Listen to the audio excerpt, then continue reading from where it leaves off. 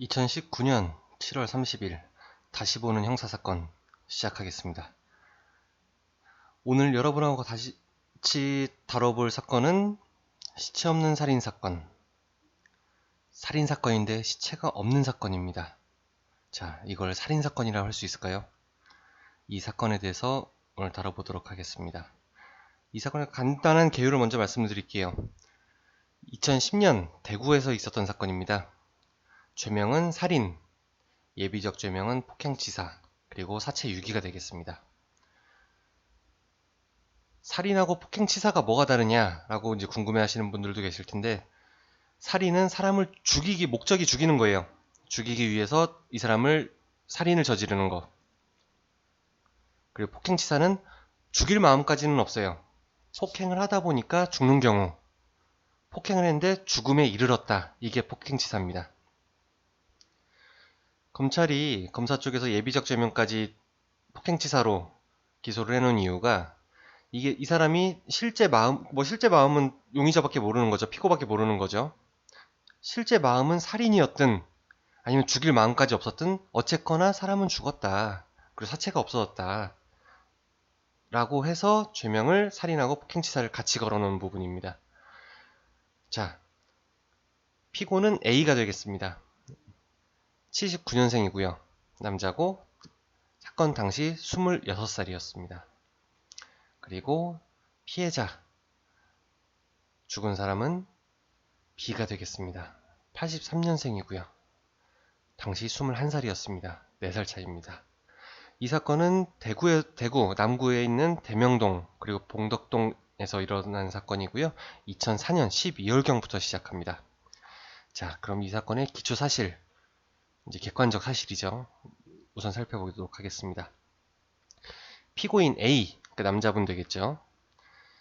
피고인은 2004년 12월경 대구 남구에 있는 대명동에 있는 땡땡 기업이라고 하는 대부업 사무실에서 대출금을 수금하는 일을 하고 있었습니다.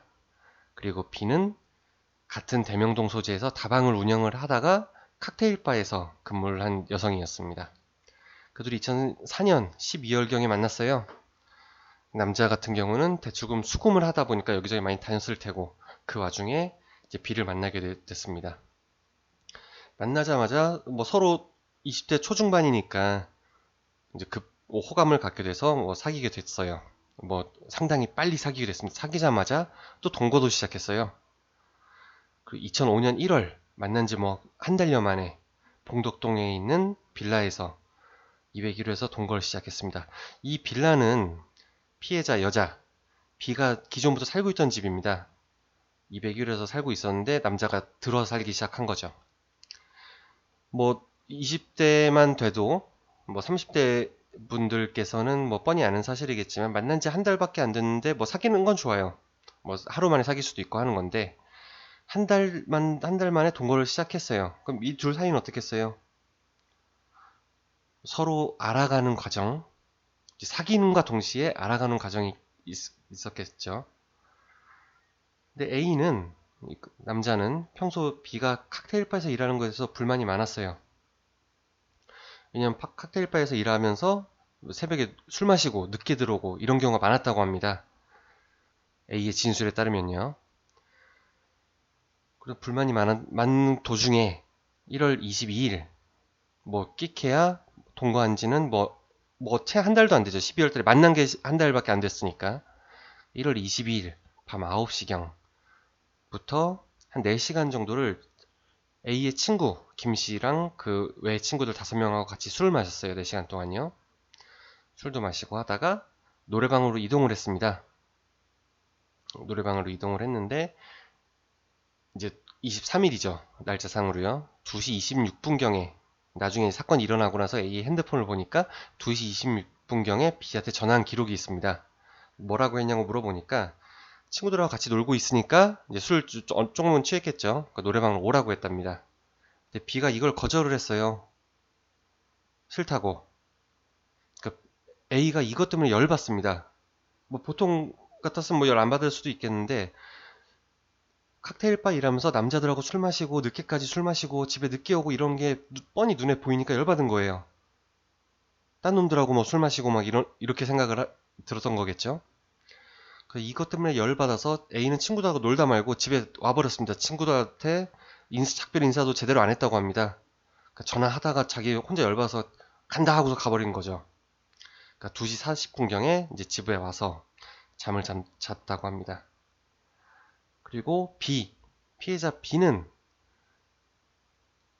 칵테일 바에서 같이 술을 마셨어요. 사람들하고 같이 마셨겠죠. 그러다가 4시 30분경은 집에 데려다 주는 시간이고 집 앞에 도착한 건 4시경입니다. 같이 일하는 남씨가 집까지 데려다 줬는데 이 B라는 친구가 술을 마시면 우는 버릇이 있답니다. 뭐 신세한탄도 하고 뭐 그런 그런 얘기를 하면서 이제 우는 버릇이 있는데 그날도 집에서 대성통곡을 했답니다. 집 앞에서요. 여기까지 온 거는 그 남씨의 남자친구가 데려다 줬어요. 남자친구 차를 타고 남씨가 이제 B를 집 앞까지 데려다 줬는데 너무 펑펑 울더랍니다. 집 앞에서요. 펑펑 울고 뭐 그러길래 달래줬겠죠. 한 30분 정도를 달래주다가 4시 반경 이제 집에 201호까지 올라갔어요. 올라가서 문도 열고 노크도 하고 하는데 노크도 하고 막 부르기도 하는데 대답이 없더랍니다. 그래서 B가 갖고 있던 열쇠로 문을 열었죠. 문을 열고서 보니까 A는 잠을 자고 있었는데 나체로 잠을 자고 있었다고 합니다. 그러니까 남씨가 보기엔 좀 민망하죠. 나체로 잠을 자고 있어서 B만 집 안으로 들여다 주고 이제 인사를 하고 나오는데도 계속 울었다고 합니다. 집 안에서도요. 펑펑 시끄럽게. 근데 뭐 어쨌거나 집에 들여다 줬으니까 얼른 자라고 하고 이제 나왔다고 합니다. 그리고 나서 잠에서 깼어요. A가요. 분명히 깼습니다. 그리고 B랑 다투는 소리가 났어요. 이 부분은 같이 살던 빌라에서 살던 사람들, 거주자들이 했던 진술입니다. 그리고 그날 이후 B가 행방불명이 됐습니다. 자, 행방불명이 됐으면 어떻게 됐습니까? A는 용의자로 몰렸어요. 이거를 어떻게 경찰에 신고가 됐냐면 23일이죠. 23일 날 집에 데려다 줬는데 남씨가 보기에는 연락이 안 되는 거예요. 그 당일도 그렇고 다음 날도 그렇고 출근도 안 하고 전화도 안 되고 해서 집에 갔어요. 24일도 25일도 집에 갔어요. 양일 동안. 집에 갔는데 집에 아무도 없습니다. A도 없어요. 그래서 경찰에 신고를 하게 되는 겁니다. 남씨 입장에서는 모르죠. 둘이 싸웠다는 얘기도 나중에 들은 얘기죠. 나중에 사건이 다 벌어지고 나서 들은 얘기죠. 그래서 실종 신고를 해서 경찰이 와서 수사를 하다 보니까 주변 진술들이 막 튀어나오는 거예요. 옆집, 윗집, 아랫집 맞은편 집 진술들이 막 튀어나오길래 이건 단순 실종은 아니라는 의심을 하게 됩니다. 그래서 현장 감식도 하게 되고요. 이 와중에 같이 동거남 A가 용의자로 수사를 받게 됩니다. 자, 이때가 1월 말기인데 수사를 받게 되는 게 여러분 뭐 경찰서를 좀 가셨던 분들은 아시겠지만 1월 23일 날, 26일 날 신고를 했다고 하면 26일 날 신고했다고 해서 뭐 27일 날, 28일 날, 2월 1일 날 이렇게 수사받지 않아요. 상당히 오랜 시간이 걸립니다. 경찰에 접수가 돼서 해당 수사관이 의심을 품고 이 부분을 기소를 할지 말지를 결정을 해야 되죠. 주변 사람들의 증언을 듣게 되죠. 다 듣다 보니까 A가 용의자로 지목이 되는 겁니다. 그러면 4월 13일이라고 하면 아마 용의자로 지목되고 얼마 안 있던 그 시점이라고 보입니다. 그 와중에 중국으로 출국을 합니다. 이 부분은 도주일 수도 있고 회피일 수도 있습니다. 자, 여기까지가 객관적 기초 사실입니다. 자, 이 기초 사실에서도 A, 그러니까 용의자죠. A의 진술하고 엇갈리는 부분들이 상당히 많아요. 좀 몇 가지만 보고 갈까요? 자, A가 중간 부분에 있죠. A가 진술하기로는 2시 26분경에 전화를 해서 오라고 했는데 싫다고 했어요. 그래서 열받아서 집에 갔습니다. 2시 40분경에. 그리고 말로는 3시경에 바로 잠들었다고 합니다. 집에 와서. 그리고 잠에서 깨가지고 둘이 싸웠다는 소리를 주변 사람들이 다 해요. 옆집, 윗집, 뭐 같은 층에 201호부터 201, 2, 3, 5호가 있었는데 다 진술을 합니다. 너무 시끄러워가지고. 근데 용의자 A는 그런 일 없다고 해요. 끝까지요. 단 한 번도요. 지금까지도요. A는 자기는 3시경에 잠들어서 아침에 일어나니까 11시라고 합니다. 아침 11시. 그때 일어났답니다. 자, 이렇게 진술합니다. 주변 사람들의 목격하고 많이 상반이 되죠. 자, 그러면 증인하고 참고인 진술 한번 들어보겠습니다. 여러분, 증인하고 참고인이 뭐가 다르냐면, 증인은 어떤 사건에 있어서 핵심적인 증언을 해주는 사람들, 목격이라든가 뭐 진술 부분에 있어서 직접적인 연관이 되는 사람들을 증인이라고 하고, 직접적인 연관은 없어요. 대신에 그 사건에 연관은 돼 있어요. 뭐 단순 말 그대로 참고만 할 수 있는 사람들. 여기서 참고인이라면 대략적으로 뭐 B를 집에 데려다준 남씨는 증인이 될 테고, 남씨를 데려다준 남씨 남자친구는 참고인 정도가 되겠죠. 그리고 참고인이라 하면은 뭐 경찰 이 판결문에 나와 있지는 않은데 뭐 동네 슈퍼 아줌마도 있을 테고, 둘이 자주 갔던 뭐 PC방이 있으면 PC방 아르바이트생도 될 수가 있을 테고, 뭐 그렇습니다. 자, 진술을 볼게요. 일단은 B를 집에 데려다 준 남씨, 직장 동료죠. 이 남씨와의 관계를 좀 살펴보면 B랑은 만난 지가 2013년도인가 만났습니다. 지금 보통 판결문이 이렇게 긴 판결문이 많이가 없는데 보통 판결문이 한 5장 이내에서 끝나거든요. 근데 이 사건의 판결문은 자그만치 28장입니다. 사건이 너무 길어요. 자, 남씨랑 만난 거는 다방에서 만났다고 합니다. 그러니까 피해자 B씨가 18살 때 집을 가출을 했어요. 가출해서 뭐 여기저기 전전을 했겠죠. 게다가 뭐 있는 돈 없는 돈 좀 모아가지고 남씨 랑 다방을, 남씨가 돈이 어느 정도 좀 있었겠죠. 그래서 같이 동업을 해서 남씨랑 운영을 했답니다. 다방을요. 운영이 잘 안 돼가지고 다방을 접고 이제 같이 칵테일 바에서 일하게 됐던 겁니다. 얼마나 친하겠어요, 둘이. 자, 남씨의 증언입니다. 남씨는 새벽 4시경에 남자친구의 차로 이제 B씨가 술에 취해서 집에 데려다 줬습니다. 그리고 한 30분 정도를 달래줬죠. 문을 열어보니까 용의자 A가 자고 있었고요. 옷을 홀딱 벗고요. 그래서 울고 있음에도 깨지 않았답니다. A가 그렇게 울고 그렇게 시끄럽게 하는데도 안 깼대요. 이게 경찰 진술에서 용의자 A의 변호인이 하는 말이 그렇습니다. 만약에 A가 그 시간에 일어나 있었다고 하면 문을 열었으면 쳐다봤을 테고, 자기 여자친구만 있는 게 아니라 여자친구의 친구가 있어요. 그러면 A 입장에서는 놀래겠죠. 자기 옷을 안 입고 있었으니까. 뭐 가리거나 아니면 어떻게 숨었던가 할 텐데 그대로 자고 있었답니다.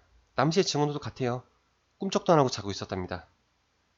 자, 근데 여기서 우리가 A라고 생각을 해봅시다. 뭐 그렇게 생각하는 거 뭐 기분 나빠하실 분들도 계실 것 같긴 한데 잠깐만 A라고 생각을 해봅시다. 여자친구랑 동거하는데 집에 자고 있었어요. 옷을 홀딱 벗고요. 좀 열도 받은 상태 잠들었었어요. 근데 자는데도 자면서 열받는 사람은 그렇게 없죠. 근데 시끄러워서 깨보니까 문이 열려 있는데 여자친구의 친구 목소리도 나요. 여러분 어떻게 할래요?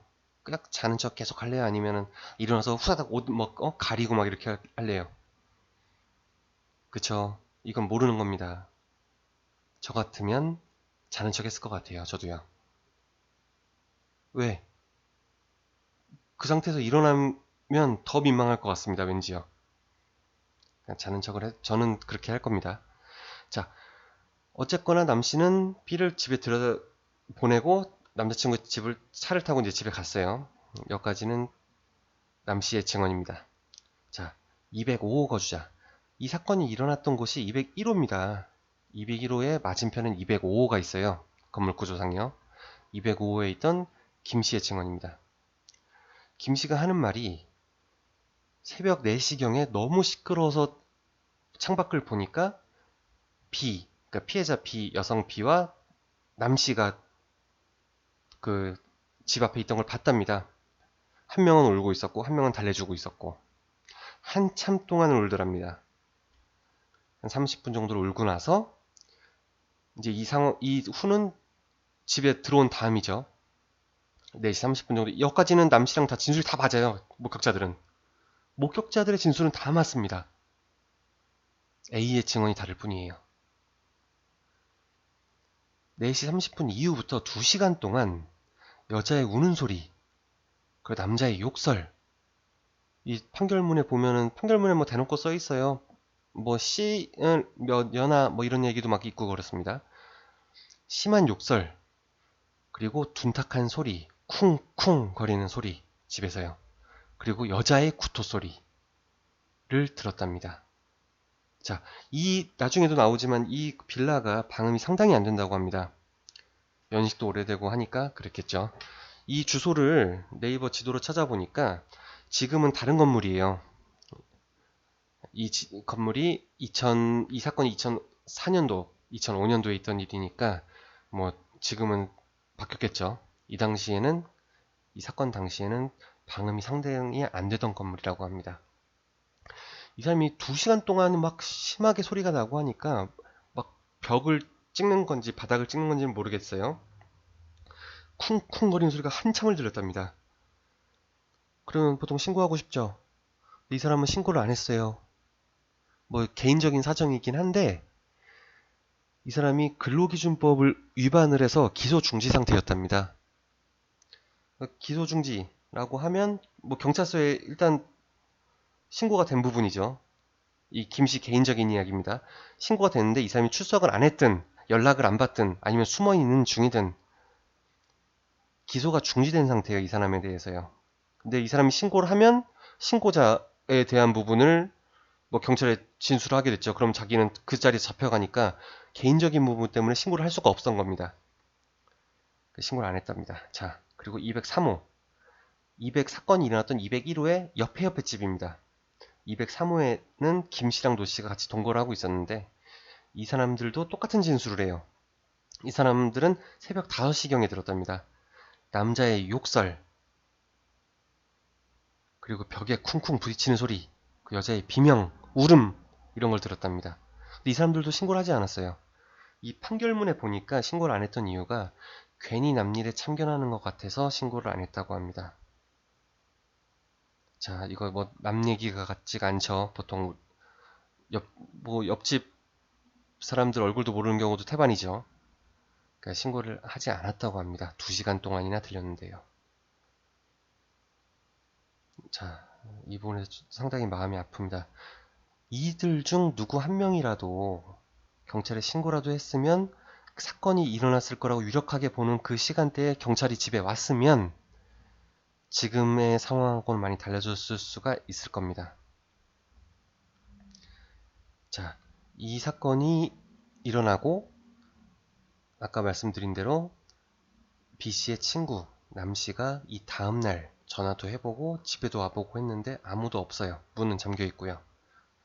그리고 그 다음날까지도 전화도 찾아와 보기도 했는데 또 아무도 없습니다.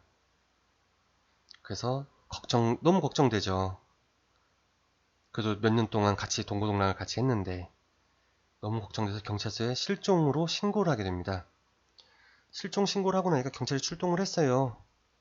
출동을 해서 전혀 주변에는 가족들도 물었는데 가족들은 알 리가 없죠.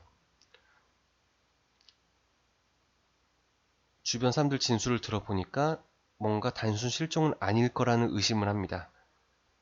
그래서 이 사건에 초점을 맞춰서 현장 검증을 하기 시작합니다. 자, 여기서 나오는 부분이에요. 일단 방음이 취약하다는 소리를 그 사실을 알게 됩니다. 자, 증언부터 볼게요. 202호. 자, 여기서 중요한 부분입니다. 202호는 사건이 일어났던 201호의 옆집입니다. 유씨가 하는 말이 이 사람들도 들었어요. 쿵쿵거리는 소리. 그리고 남자 욕설 이런 거 다 들었습니다. 들었는데 어디서 소리가 나는지를 몰랐다고 합니다. 상당히 크게 들렸대요. 왜 우리 그렇잖아요. 너무 크게 들리면 어디서 소리 나는지 모를 수도 있어요. 근데 실제로 윗집에서 소리가 나도 옆에서 소리 난다고 오해할 수도 있는 거고 대각선 윗집, 대각선 밑에 집에 소리가 나도 어딘지 확실히 모를 수가 있습니다. 이 사람은 경찰 조사에서 어디에서 소리가 나는지는 몰랐다고 합니다. 그리고 몇 호인지 밝히진 않았지만 해당 빌라의 거주자입니다. 이 사람도 들었어요. 똑같이. 쿵쿵 소리가 나서 무슨 소리인지 궁금해서 현관문을 열어봤대요. 근데 무슨 소리인지도 어디서 소리가 나는지도 알 수가 없었다고 합니다. 자,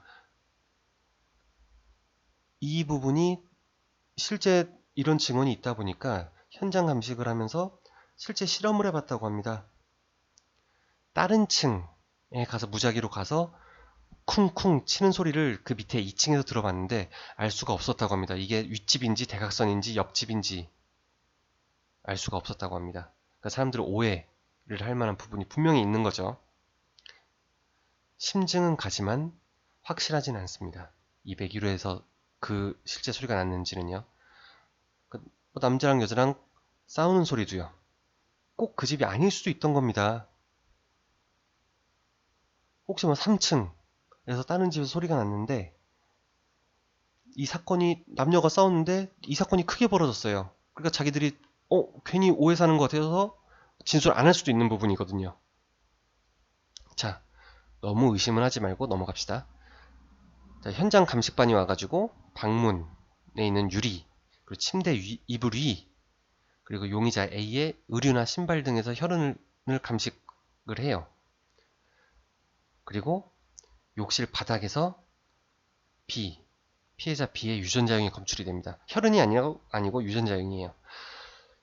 나중에 검찰 조사에서 A가 어떻게 말을 했냐면 아침에 11시에 일어나 보니까 욕실에 토한 흔적이 있더랍니다. 토한 걸 보진 않았어요. 이 사람은 자긴 자고 있었으니까요. 자고 있었다고 하니까요. 토한 흔적이 있어서 그거를 다 닦았답니다. 그래서 아마 그 토 때문에 B의 유전자형이 거기서 나오지 않았느냐 이런 주장이고 그걸 청소하느라고 자긴 욕실을 다 청소했다는 거죠. 그리고 A의 의류에는 없었지만 신발 밑바닥에서 혈흔이 나왔어요. 피해자 B의 혈흔이 나왔습니다. 이 부분은 굳이 A가 반박을 안 하더라도 이 경찰 현장 감식했던 조사관이 얘기를 한 부분이에요. 혈흔이 발견은 됐지만 1mm 이하의 매우 작은 혈흔 몇 개뿐이 없었다고 합니다. 그게 신발 바닥에 있었던 것 뿐이고 그리고 방문이나 마찬가지예요. 혈흔이 간혹 한두 개씩은 유전자가 나오긴 했는데 이걸 갖고 어떤 사건의 현장이라고 말할 수는 없다 이거죠. 증언대로 주변 사람들의 목격자들의 증언대로 소리를 그렇게 쿵쿵거리는 소리를 장시간 들었다고 하면 분명히 다량의 혈흔이 나왔을 텐데 이 부분 그렇게 볼만한 증거는 전혀 없다고 합니다.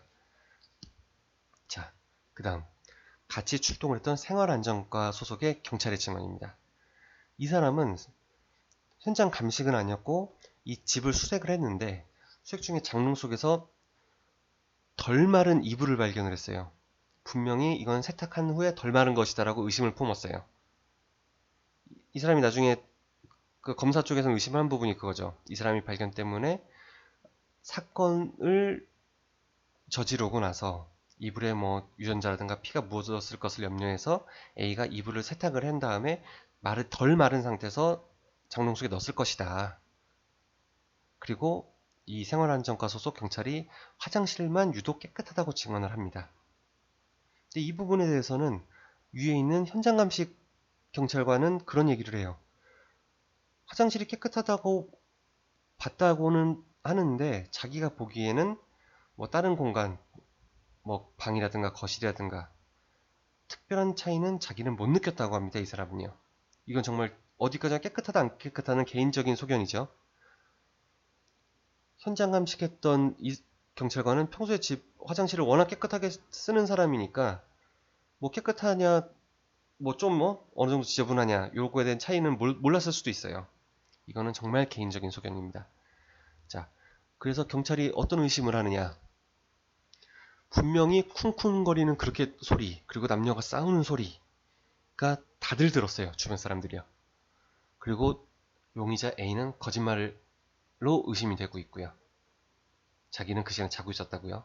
사람들은 남자 욕설까지 다 들었는데도요. 그래서 이 사람이 어떤 의심을 하느냐. 분명히 사건은 일어났다. 이 방에서 201호에서 그 사체를 여자를 죽이고 나서 사체를 옮겼을 것이다. 왜? 사체가 없으니까요. 사람의 사체를 뭐 사람이 손으로 들고 갈 수는 없는 거잖아요. 안타까운 거는 이 빌라랑 주변엔 CCTV가 없습니다. 없어요. 안타깝습니다. 뭐 2000년대 초반에는 뭐 지금이야 많이 있지만 거의 의무적으로 달고는 있지만 한창 그때는 없었답니다. 자, 그래서 자동차로 옮겼을 것이다 라고 생각을 해서 용의자 A와 A의 어머니 소유의 자동차를 감식을 합니다. 근데 감식 결과 어떠한 흔적도 없습니다. 혈흔, 유전자, 소지품 등등 어떠한 것도 없어요. 근데 그 사실이 더 이상합니다. 보통 우리 남자친구, 여자친구 있으신 분들, 차 있으신 분들은 뻔히 아시잖아요.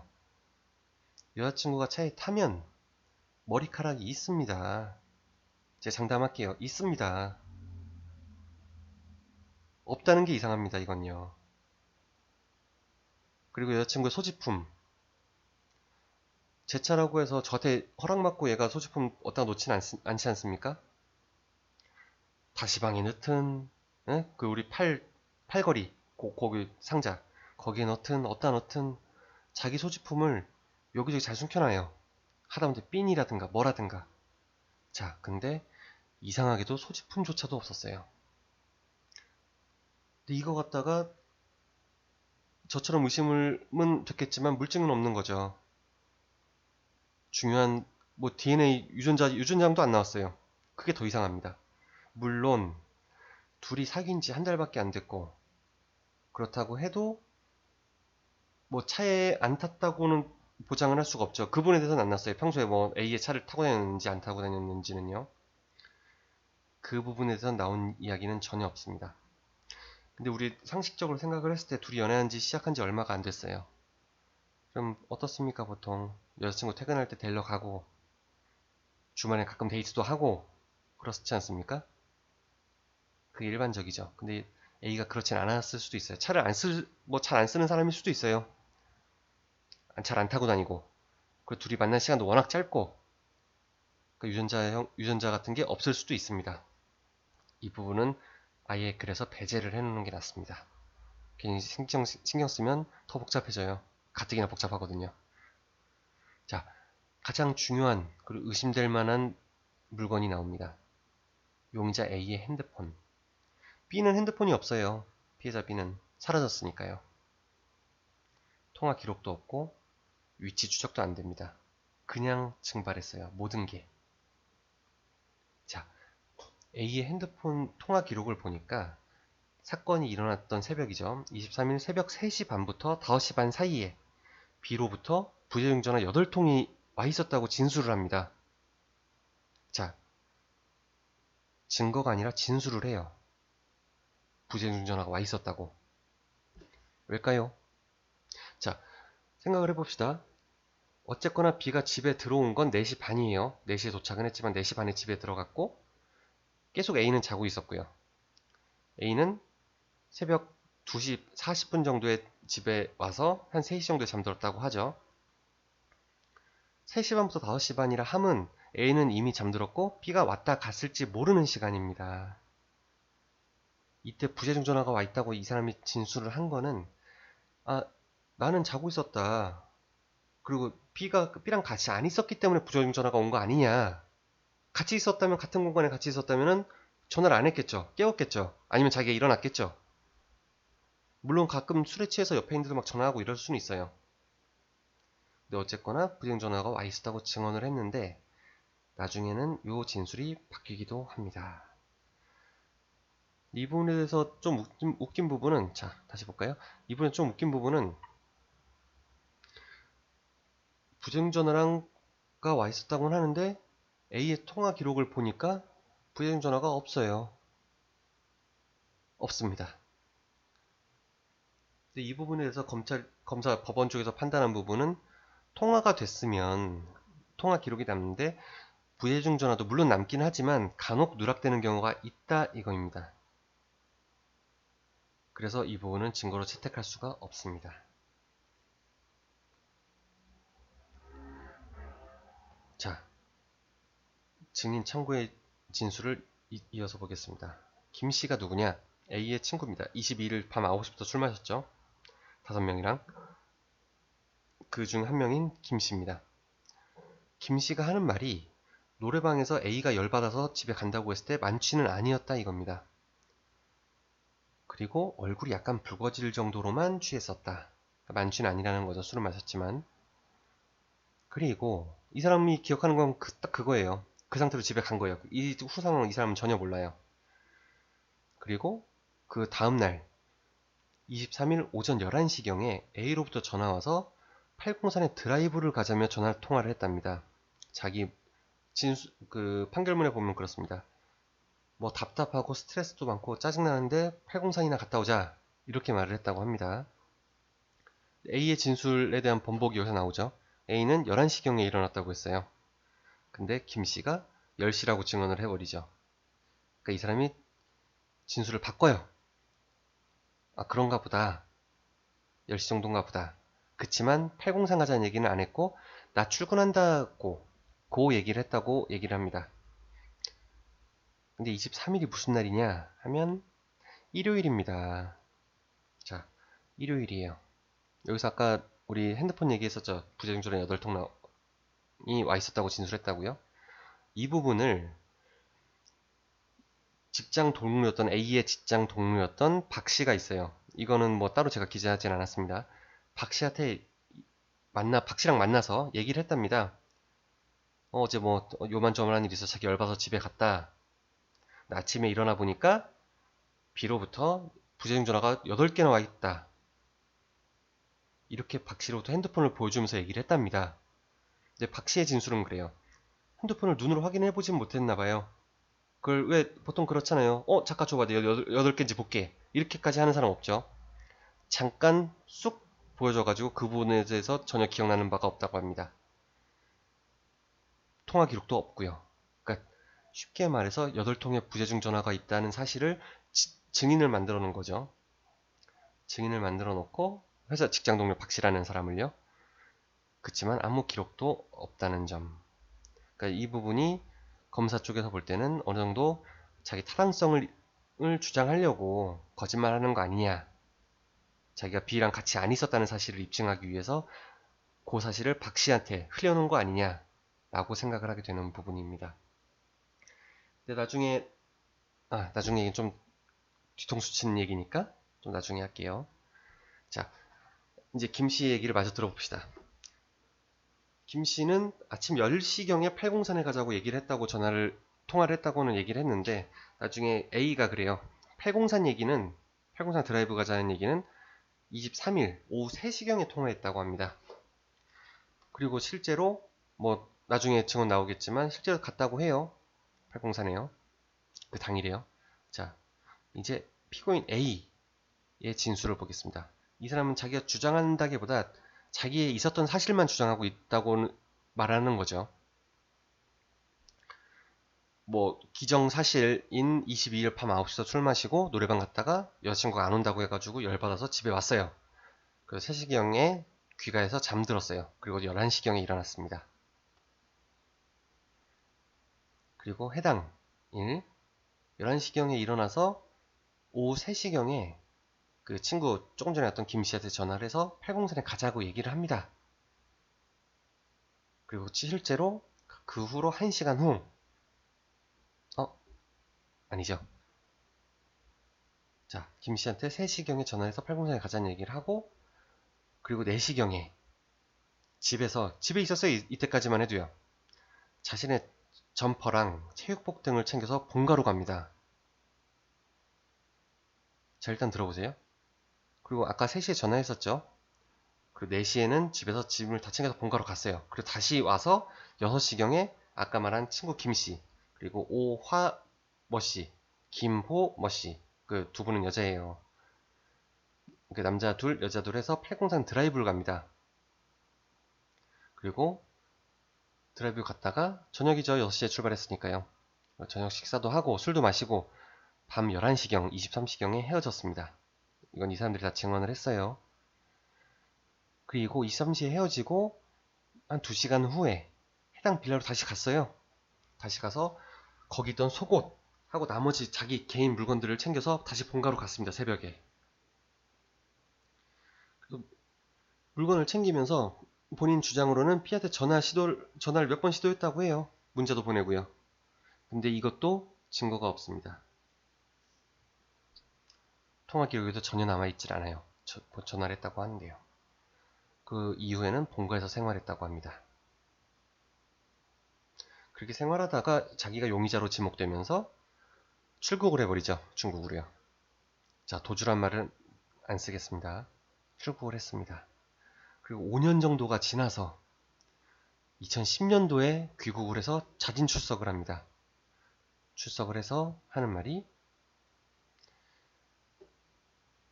자기는 아무것도 모른다. 진술한 대로 뭐 새벽에 노래방에서 집에 와서 잤다가 아침에 10시, 11시경이라고 했지만 자기가 시간을 헷갈렸나 보다. 10시에 전화를 해서 그때는 팔공산 얘기를 안 하고 나 출근한다고만 얘기를 했고 그리고 뭐 오후에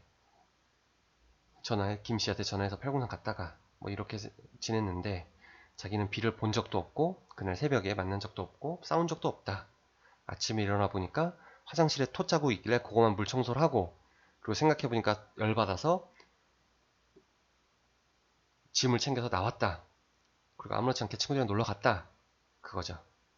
그리고 생각해 보니까 속옷하고 이거 자기는 열받는 거예요. 이 사람 주장으로는요. 뭐 이때만 해도 당일이니까 뭐 의심받고 뭐 이런 그런 상황이 아니었죠. 그래서 열받아서 집에 갔는데 아무도 없길래 전화하면서 나머지 물건 챙겨서 집에 왔다 이겁니다. 자, 여기서 피고인 A의 진술을 하나씩 까보겠습니다. 제 위치로부터요.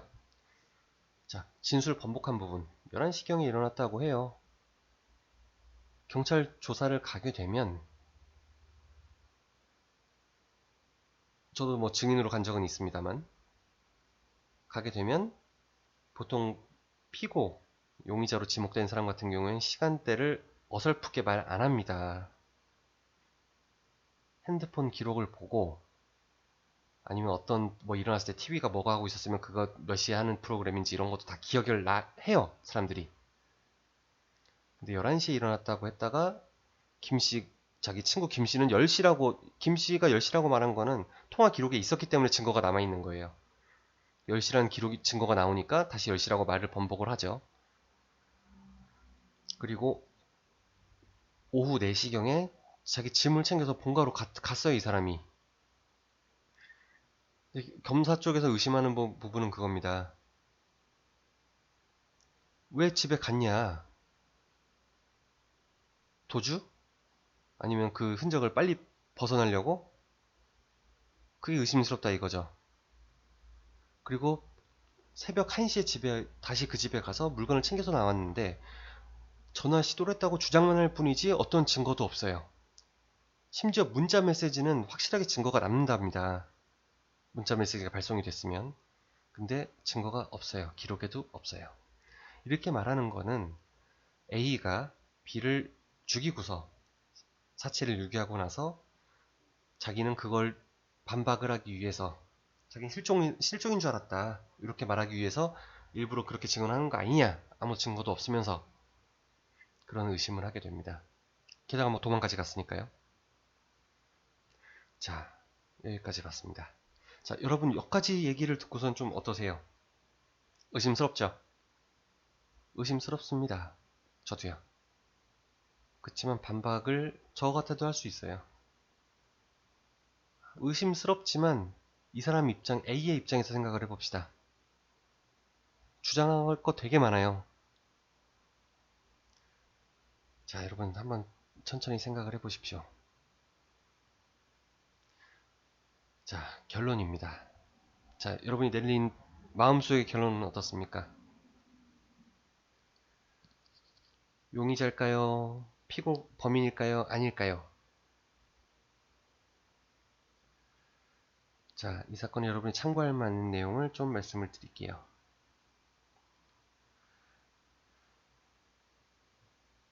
일단 핸드폰 부분은 자기 알리바이랄까 정황을 만들기 위해서 A가 화면을 보면서 얘기할까요? 자, 여기가 좋겠습니다. 뭐 전화도 하고 문자도 얘기도 하고 하는데 이거는 주장일 뿐입니다. 의심 가죠.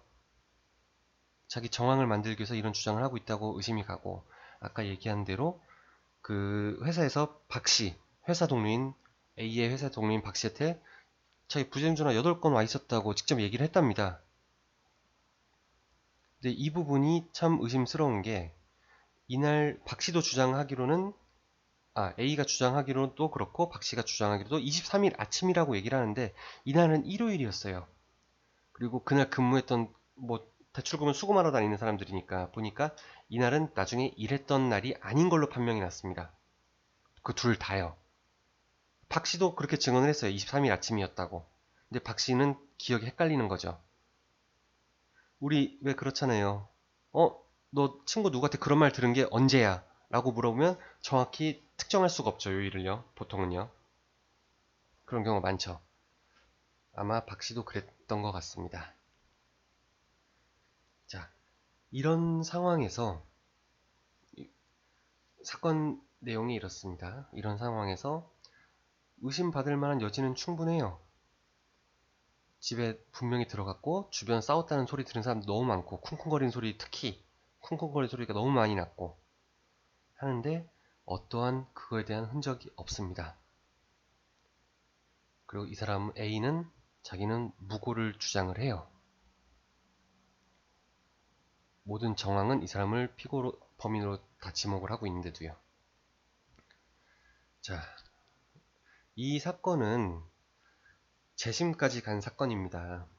원심에서는 형이 선고가 됐어요. 원심을 파기한 게 어떤 거냐면, 잠시만요. 제가 지금 판결문을 좀 볼게요.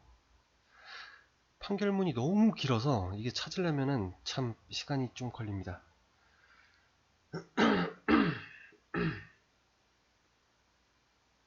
이건 재심에 대한 판결문이기 때문에 원심이 얼마가 나왔는지는, 형이 얼마 나왔는지는 뭐 나와 있는 게 없네요. 자, 그거랑 별도로 여러분에게 좀 도움이 될 만한 내용을 말씀을 드릴게요. 자, 피고가, 그러니까 A가 잠에서 깨지 않은 점. 참 신기하죠. 그렇게 시끄럽게 주변 사람 다 깰 정도까지 들었는데 잠에서 안 깼어요, 이 사람은. A는 막상 그 문을 열고 들어갔는데 그 같은 자리에 있었는데 잠에서 안 깼어요. 옆집 다 깼는데. 자기는 집에 들어갔다 나갔는지도 전혀 모른다고 진술만 하고 일관되게 진술합니다. 진술이 안 바뀌어요, 이 사람은요. 폭행한 적도 없고 얼굴 본 적도 없고 그렇게 증언을 합니다.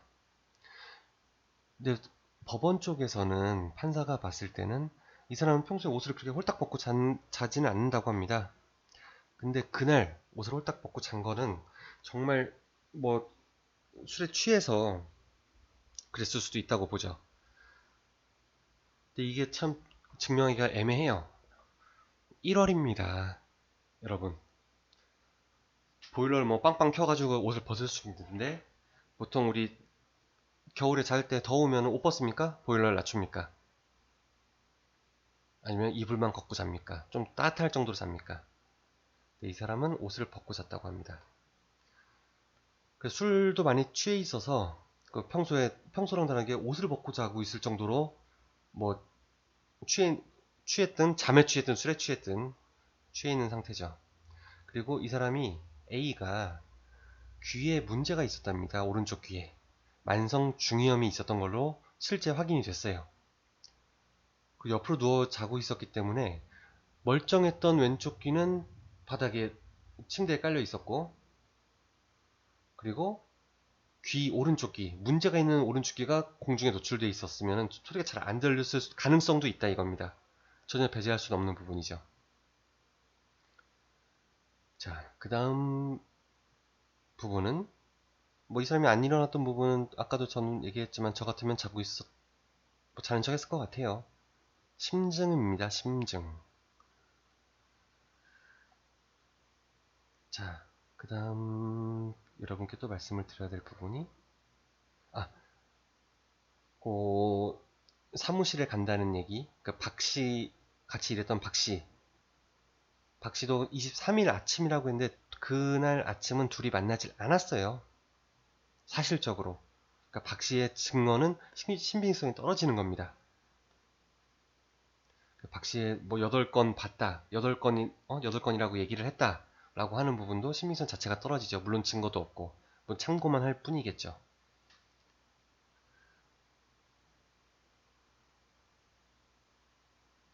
자, 그 다음을 봅시다.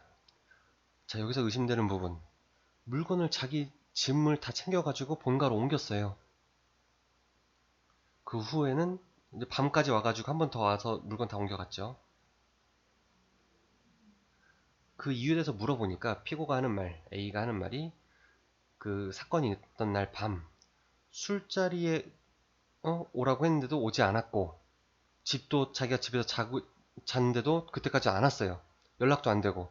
그러니까 화가 나가지고 물건을 다 뺐다 이겁니다. 이 부분에서 두 가지로 생각할 수가 있어요. 뭔가 도망가고 싶어서 현장에서 도망가고 싶어서 다 물건을 옮겼다고 생각할 수도 있습니다. 하지만 그 둘이 살았던 동거했던 기간이 약 2주에 불과하다고 합니다. 그러니까 만난 건 한 2주 만에 동거를 시작해서 또 2주, 그래서 한 달이 간 거죠. 2주 만에 불과한데 그동안 계속 불만도 많았고 문제도 많았어요. 특히 피해자가 일하는 부분 때문에. 그러니까 연락도 안 돼요. 가뜩이나 열받았는데 빡쳐서 나간 겁니다. 쉽게 말하면요. 나 이제 얘랑 싫어 하고 나갔던 거예요. 다침을 챙겨서. 그리고 피해자한테 전화를 해볼 수가 있겠죠. 근데 A 입장에서 용의자 입장에서 생각을 해봅시다. 열받아서 나갔어요.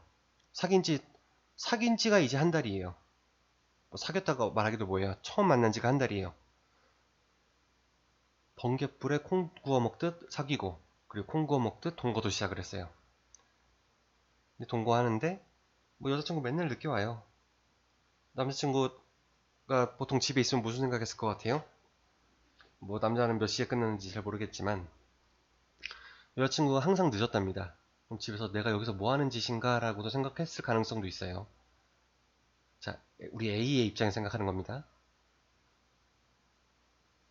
막상 사귀기 시작한 얘가 뭐 글쎄요, 이런 말 하긴 뭐하지만 뭐 이쁘고 예? 성격도 마음에 들고 해가지고 사귀기 시작했는데 막상 사귀니까 밤에 맨날 늦고 술 취해서 들어오고 뭐야 이거 라고 생각할 수 있어요.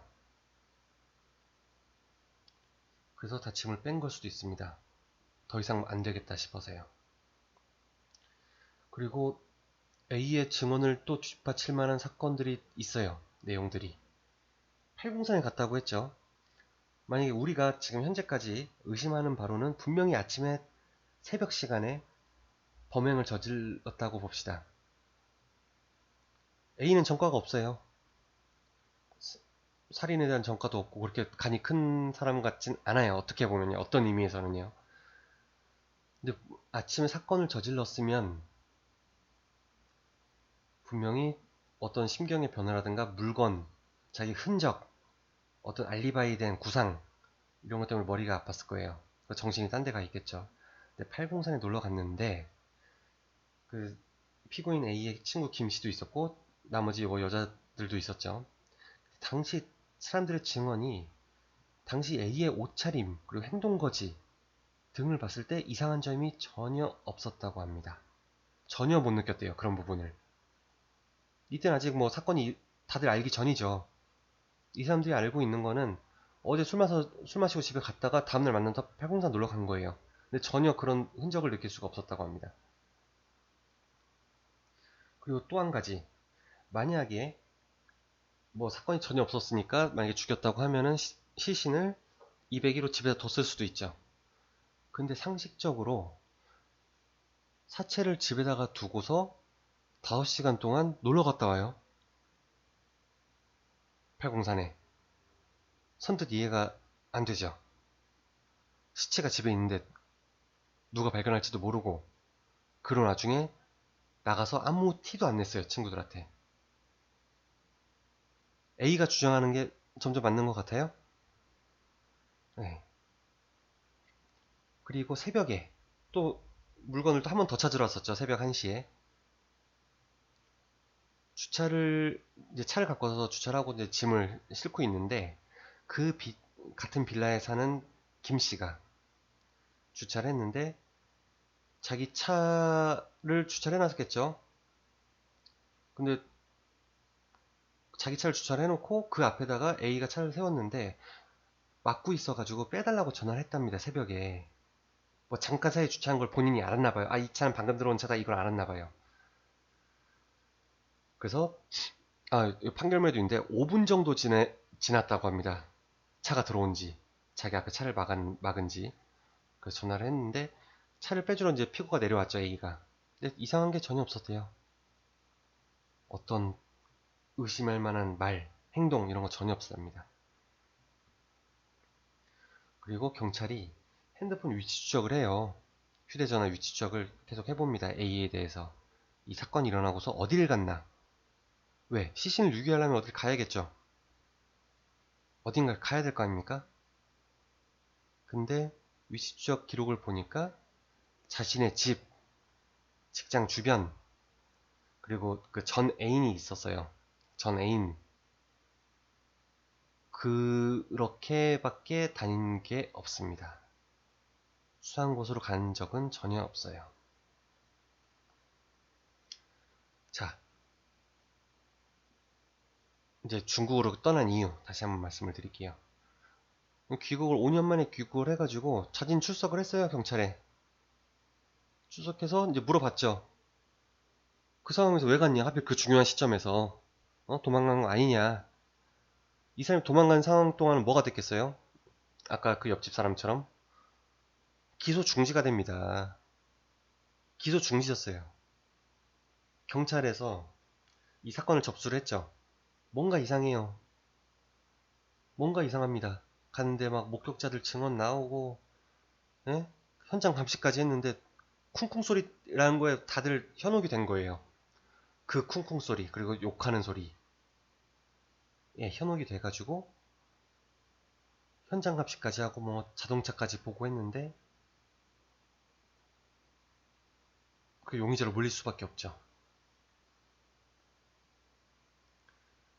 이제 출석을 해가지고 용의자로 몰렸는데 이 사람이 떠났어요. 중국으로. 그러면은 경찰 쪽에서는 기소. 아, 이 사람 뭔가 의심이 되는 바가 충분히 있어. 라고 해서 기소 의견으로 검찰에 넘겨야 됩니다. 그러면 이제 법원에 서게 되는 거죠. 거기서 진실은 가려지는 거고요. 일단은 용의자가 앞에 있으니까 이 사람을 기소를 해야 되는데 불현듯 떠났어요. 중국에. 그리고 5년 만에 돌아왔어요. 경찰이 빡쳐서 물어봤겠죠. 왜 갔어? 중국? 라고 물어보니까 A가 하는 말이 자신이 범인으로 몰리고 있는 상황에서 시간이 지나서 실종된다고 하는 그 피해가 나타나면 억울한 누명을 벗을 수 있겠다고 생각을 했답니다. 그래서 중국으로 갔다고 합니다. 이 부분 충분히 이해할 수 있지 않아요? 사람들이 모두 다 나를 의심해요. 모든 증언들도 다 그쪽으로 짜맞추기가 돼요. 사람들이 하는 말이. 쿵쿵거리는 지도 자기는 없고 자기는 잠만 자고 일어났을 뿐인데 여자 우는 소리까지 들렸대요. 이거 뭔가 표적 수사하는 거 아닌가라고 의심까지 들겠죠. 해명하기에는 힘들어요. 너무 겁나니까 자기가 누명을 쓸까봐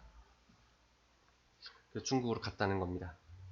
근데 중국 간 사실 자체가 잘못한 거죠.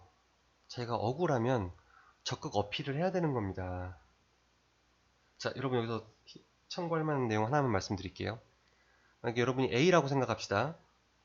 내가 의심을 받고 있어요. 사람을 죽였다고. 난 그런 적 없는데. 근데 모든 정황들이 나한테만 초점을 맞추고 있어요. 내가 동거를 했다는 이유로. 도망갈 게 아니죠. 법원에서는, 경찰에서는 이 사람이 용의자로 지목이 됐어요. 혐의가 너무너무 분명하다고 판단을 했어요. 경찰 쪽에서. 그러면 보통 우리 TV나 영화 이런 데 보면 뭐라고요? 미란더 고지하죠. 체포할 당시에요. 그 중에 가장 중요한 말. 변호사를 선임할 수 있고 라고 말하죠. 변호사를 선임한다는 거는 피고의 권리를 보장을 하기 위해서입니다. 원고는 고소를 원하는 사람, 검사가 원고 측에 많이 쓰죠. 근데 실제로는 검사는 원고 측이 아니에요. 검사는 있는 사실 그대로를 판단하는 사람입니다. 그 부분을 판사가 종합적으로 판단을 다시 하는 거고요. 근데 어쨌거나 자기가 억울한 상황에 몰리고 있으면 변호사를 선임할 권리가 있어요. 왜? 의심을 받고 있는 사람은 말을 잘 못할 수도 있습니다. 머릿속이 복잡해지죠. 왜? 사람이 기본적으로 의심을 받기 시작하면 빠져나가고 싶어 하는 법이에요. 그러다 보면은 자기 진술에 엇갈리는 부분이 모순점이 생길 수밖에 없고요. 그런 부분을 최소화하기 위해서 변호사를 선임하는 겁니다. 나 변호사 선임 안 할래 라고 해도 국선을 선임하게 해줘요. 국선 변호사 돈 안 내고 국가의 돈으로 들어가는 부분이죠. 근데 국선 변호사를 선임하게 되면 국선들은 그렇게 어떻게 쉽게 말하면 돈벌이도 안 되고 하니까 열심히 해주는 사람도 물론 있겠지만 그렇지 않은 사람들도 많아요. 보통 이렇게까지 의심을 받는다고 하면 변호사를 선임을 해야겠죠. 그리고 자기 의견을 어필을 해야 됩니다. 예? 어필을 해야 되는 부분이에요. 근데 도망을 갔죠. 그래서 의심을 계속 산 거죠. 자, 여기서 A의 입장에 맞춰서 또 판단을 하나 더 해볼게요. 지금까지 이런 공소사실, 뭐 살인이라든가 사체유기라든가 중형이 예상되는 범죄죠. 이런 범죄를 저질렀다면 실제로 만약에 저질렀다면 기간이 만료가 다 됐다고 해도 중국에서 왜 돌아와요? 안 돌아오죠. 이 사람은 여권 기간 만료가 돼서 돌아왔어요. 자기 돌아가면은 경찰 또 이거 언제 잡힐지 모르는데 기소 중지됐다고 어디 숨어 산다고 해도 평생 숨어 살 수 있을 것 같아요? 잡힌단 말이에요. 하다못해 운전하다가 우리 신호위반 걸리면 어떻게 돼요? 면허증 보여주잖아요. 그런 상황에서 잡힙니다. 불법 체류도 했었는데 왜 중국이니까 가능하죠. 나중에 추방될 때 되더라도. 근데 이 사람 자기 발로 걸어왔어요. 그리고 자진 출석까지 했어요.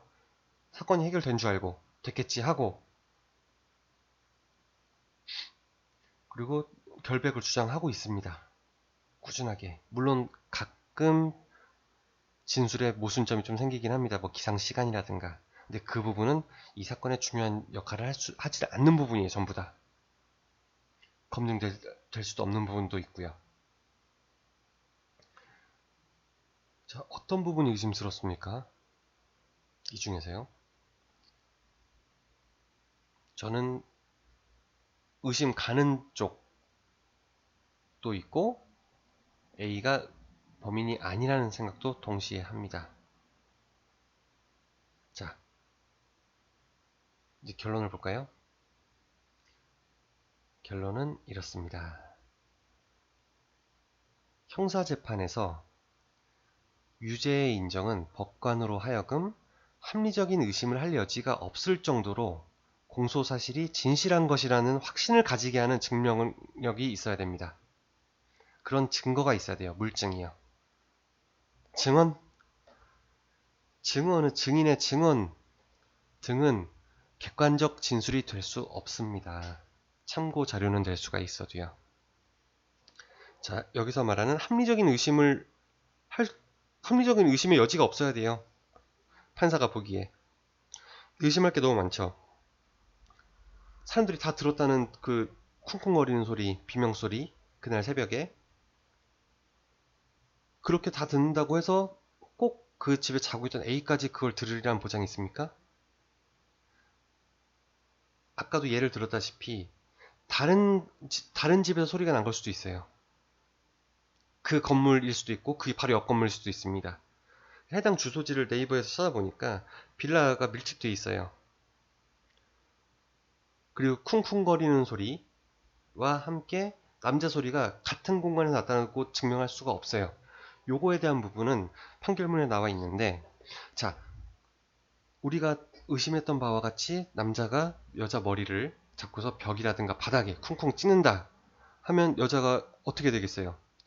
비명소리가 끊기든가 아니면 더 커지든가 하겠죠. 근데 증언을 했던 사람 중에 몇 명이 여자는 꾸준하게 울고 있었다고 얘기를 합니다. 어느 순간인가 물론 끊겼겠죠. 근데 꾸준하게 그 쿵쿵 소리와 함께 그 영향을 받았다고는 할 수는 없다고 해요. 자, 봅시다. 쿵쿵거리는 소리는 물론 귀에 소리도 들리겠지만 건물에서 쿵쿵거리는 건 진동이 들릴 수도 있어요. 무슨 말인지 알겠죠? 옆집에서 쿵쿵거리면 그 진동이 느껴집니다. 가정을 해볼까요?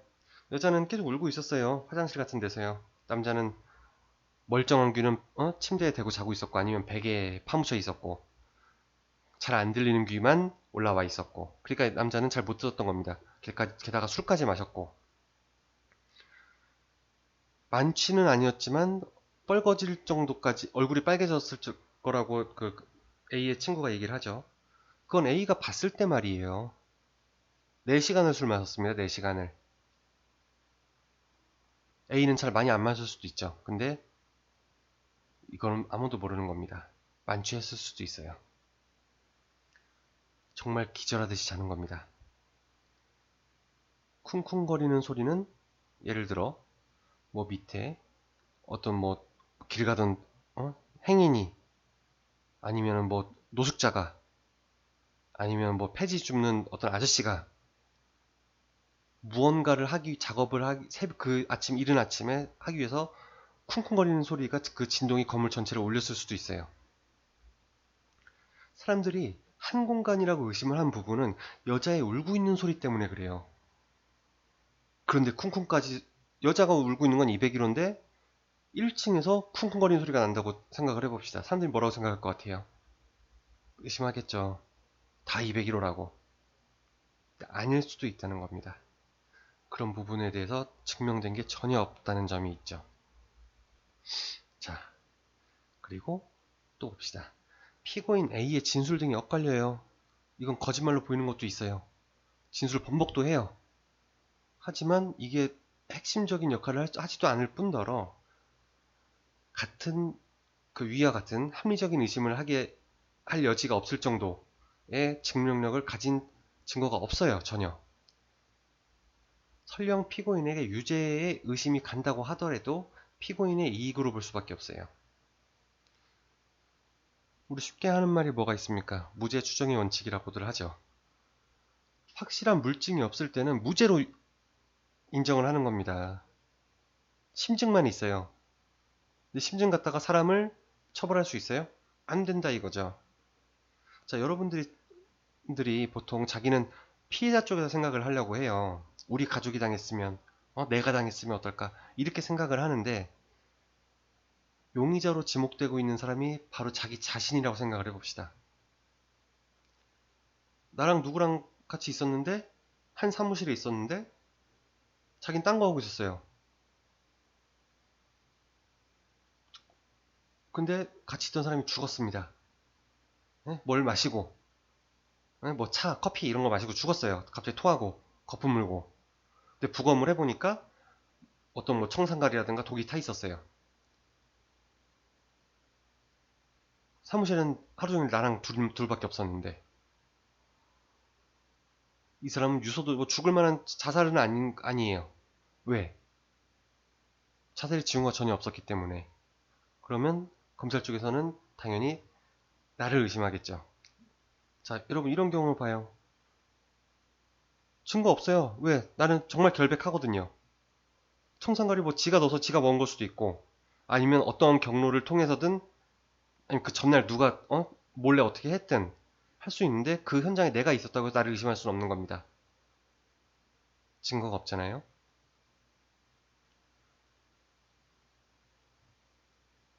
다시 한번 명확하게 읽어드리겠습니다. 피고인 A의 진술 등이 거짓 및 번복이 있다고는 하여도 위와 같은 증명력을 가진 증거가 없다면 설령 피고인에게 유죄의 의심이 간다고 하더라도 피고인의 이익으로 볼 수밖에 없다. 피고인의 이익이다 이 말이에요. 증거가 없으니까요. 또한 피해자가 그 B씨, 피해자 B씨가 6년이 넘도록 지금까지 실종, 뭐 재판이 있을 당시에는 6년 전이니까 지금도 글쎄요. 지금 또 모르겠죠. 나타났을 수도 있어요. 피해자가 6년이 넘는 현재까지도 실종 상태에 있다는 점에서 보면 이미 사망하였을 개연성이 매우 크기는 하나 검사가 제출한 모든 자료를 종합해 보더라도 피해자가 사망하였다는 사실이 합리적인 의심의 여지가 없을 정도로 증명되었다고 보기는 부족해요.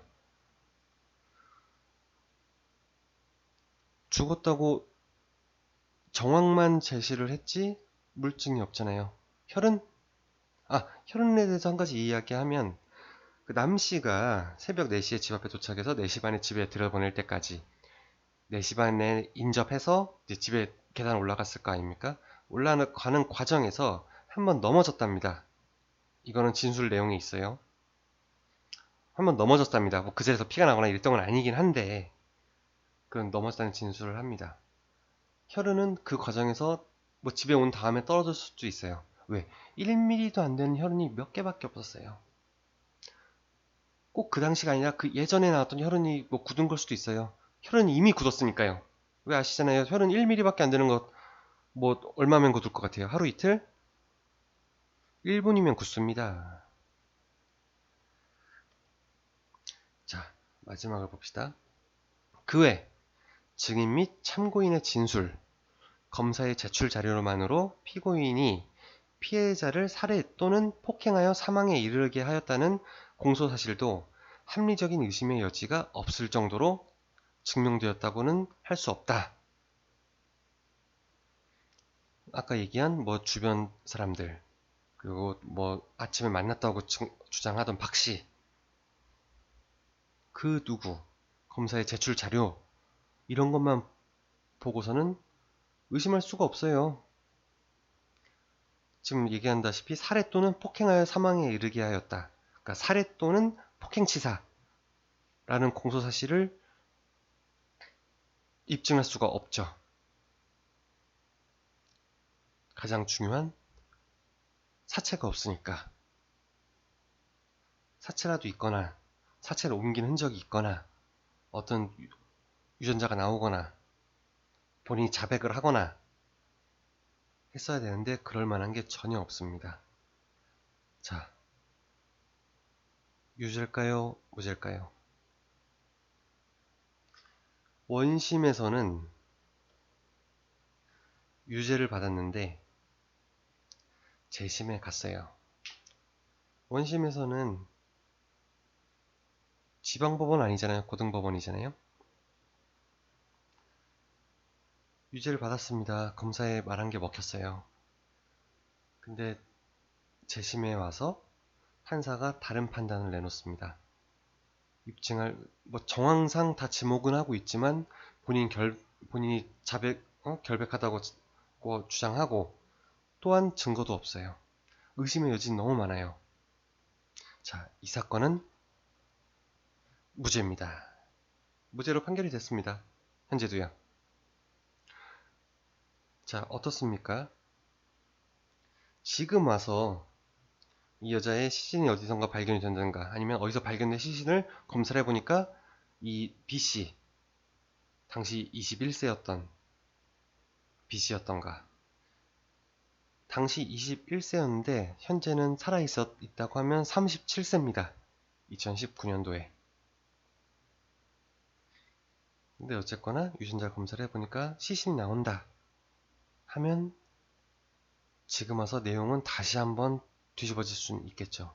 뒤집어진다고 해도 지금 와서 A가 다시 범인으로 지목될 수는 없어요. 증거가 전혀 없습니다. 만약에 B가 발견되면 뭐 다시 한번 사체는 이미 다 뭐 부패됐고 훼손됐겠지만 썩었겠지만 부검을 하겠죠. 증거가 나오거나 한다고 해도 지금 와서는 알기가 어렵죠. 너무 오래됐습니다. 자, 이 사건을 보면서 여러분 최근에 고유정 사건에 대해서 어떻게 보십니까? 고유정은 본인이 지금 살해했다고 증언을 했다고는 하는데 전혀 사체를 발견할 수가 없죠. 의심은 가는데 발견할 수가 없어요. 쓰레기 봉지 같은 거 버리는 건 분명히 뭐 CCTV도 많이 찍혔는데